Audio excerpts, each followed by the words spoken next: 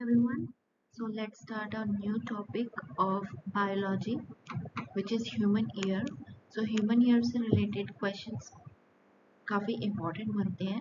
So पहले हम human ear के पूरी functioning को देखेंगे, कैसे sound को ये ट्रांसमिट करता है हमारे ब्रेन में और कैसे हम सुन सकते हैं कोई भी आवाज़ को. और उसी के बाद कुछ important MCQs भी हैं, वो लास्ट में. Now first we have is the construction of human ear. So human ear it consists of three compartments. इसमें तीन कंपार्टमेंट होते हैं ह्यूमन ईयर में. पहला है आउटर ईयर जो कि विजिबल होता है हमें. उसके बाद है मिडल ईयर. फिर we have inner ear. So outer ear visible part which is present outside of the head. ठीक है. एंड द आउटर ईयर में ही एक ब्रॉड पार्ट प्रेजेंट होता है, उसको हम पिना बोलते हैं या फिर ऑरिकल भी बोलते हैं. और उसी के साथ साथ एक कैनाल अटैच्ड होती है जो कि 2 से 3 सेंटीमीटर लॉन्ग होती है, उसको हम ईयर कैनाल बोलते हैं. सो इसका फंक्शन क्या होता है, सराउंडिंग से साउंड को या वाइब्रेशंस को कलेक्ट करके इस कैनाल के थ्रू फर्दर ईयर में भेजता है वो. और ये जो कलेक्टेड साउंड है it passes through the auditory canal. So ear canal को ऑडिटरी कैनाल भी बोलते हैं. And where thin membrane is called ear drum is present here. So ये जो ग्रीन वाला पार्ट है ये मिडल ईयर है हमारा. सो स्टार्टिंग कहाँ से होती है मिडल ईयर की, जो फर्स्ट मेम्ब्रेन है ईयर ड्रम, काफ़ी पतली से थिन मेम्ब्रेन होती है ये. और ईयर ड्रम का अलग नाम भी है जिसको टिम्पेनम बोलते हैं. सो जो क्वेश्चंस हैं उनमें ज़रूरी नहीं है कि ईयर ड्रम ही लिखा मिले, टिम्पेनम भी मिला लिखा जा सकता है. सो आपको दोनों टर्म्स को याद रखना है इधर. Now it is present at the end of the ear canal. So outer ear की ending पे present है और middle ear यहीं से start होता है ear drum से. और ear drum की characteristics क्या है कि ये काफ़ी thin होता है, elastic होता है और एक circular membrane होता है. Where the process of both the compression and the refraction takes place. So यहाँ पे compression और refraction का मतलब क्या है कि बाहर से आउटसाइड से वाइब्रेशन आई ईयर में थ्रू कैनाल. तो कंप्रेशन मींस अगर हाई प्रेशर है, हाई प्रेशर है, हाई वाइब्रेशन है, तो उसको कंप्रेशन बोलेंगे हम. तो वो जो है ईयर ड्रम को प्रेस करता है और ईयर ड्रम वापस से उसको रिलीज कर देता है, उसको रेयरफैक्शन बोलते हैं. वो जो प्रेशर कम हो जाता है, कम प्रेशर को रेयरफैक्शन बोलते हैं. Alright. Now next we have जो वाइब्रेशन क्रिएट हुई है ईयर ड्रम में. तो मिडल ईयर का मेन फंक्शन क्या है, जो हमारे इनपुट है जितना भी वाइब्रेशन कलेक्ट किया है उसको जो है वो एम्पलीफाई कर देगा, उसकी इंटेंसिटी को बढ़ा देता है अबाउट सेवरल टाइम्स. कौन से 3 बोन्स प्रेजेंट होते हैं मिडल ईयर में जिसका नेम है हैमर, एनविल एंड स्टरअप. और इनके अलग अलग नेम्स भी हैं. हैमर का नेम है इधर मैलस, यहाँ पे शो किया गया है. Then anvil, then we have stirrup, stirrup का नेम है स्टेप्स. सो जो ये थर्ड वाला पार्ट है स्टरअप, थर्ड बोन है, ये काफ़ी इंपॉर्टेंट है. इसका अनदर नेम होता है स्टेप्स. और इसका एक क्वेश्चन बन सकता है, काफ़ी बार क्वेश्चन एग्जाम्स में पूछा गया है कि जो ह्यूमन बॉडी में या फिर ह्यूमन ईयर में सबसे स्मॉलेस्ट बोन कौन सी है. तो सबसे स्मॉलेस्ट बोन का नेम है यहाँ पे स्टेप्स या फिर स्टरअप. नाउ अब मिडल ईयर में 3 स्मॉल डेलिकेट बोन्स है, बहुत छोटी छोटी होती है, जिनका नेम है हैमर, एनविल एंड स्टरअप. और ये तीनों बोन्स आपस में लिंक्ड होती है. सो फर्स्ट बोन है हैमर और मिडल ईयर की एंडिंग किस बोन पे होती है, स्टरअप पे या फिर स्टेप्स पे.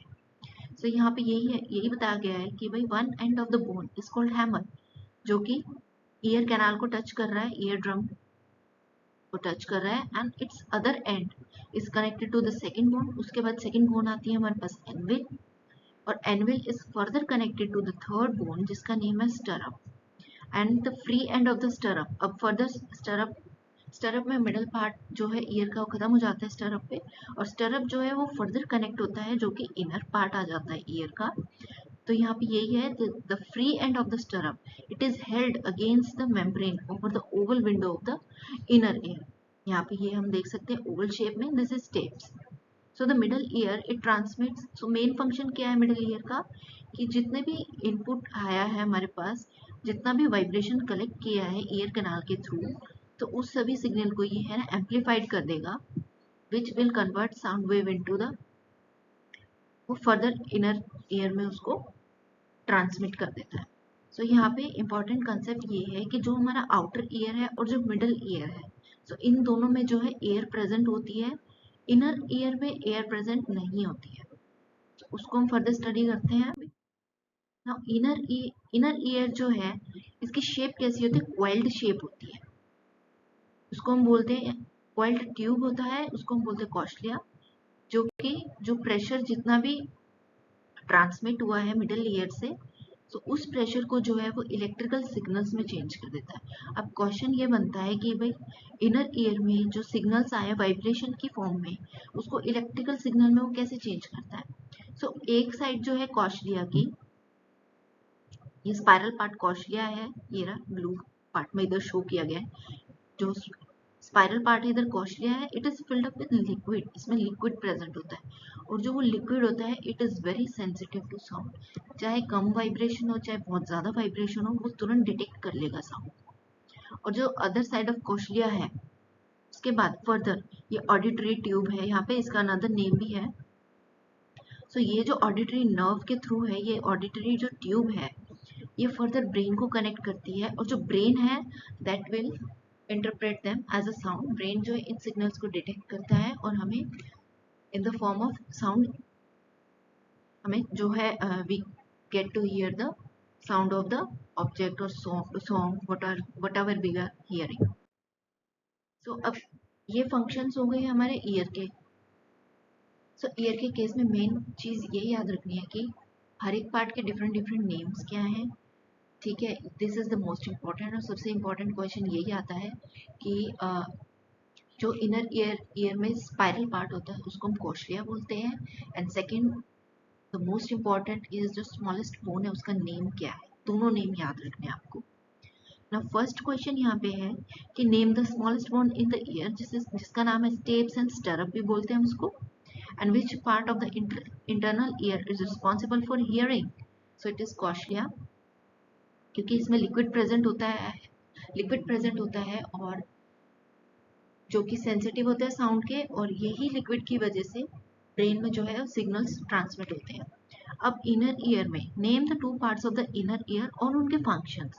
सो दो पार्ट होते हैं इनर ईयर में, bony labyrinth, so it contain sensory receptors, इसमें सेंसरी रिसेप्टर्स प्रेजेंट होते हैं जो कि रिस्पॉन्सिबल हैं वाइब्रेशंस को बैलेंस करने के लिए और फर्दर हमारी हियरिंग के लिए। Next we have membranous labyrinth. So it is filled with endolymph and has three semicircular ducts, which is known as cochlear duct, saccular and utricle. इतना डेप्थ में इसको पढ़ने की जरूरत नहीं है, जस्ट आपको नेम याद होने चाहिए। Next we have what is the tympanic membrane is what is the another name of tympanic membrane? So eardrum को tympanic membrane भी बोलते हैं। Now next we have which structure contain wax secreting glands. हमने देखा होगा हमारे year में wax present होता है, येलोइश या ब्राउनिश कलर का।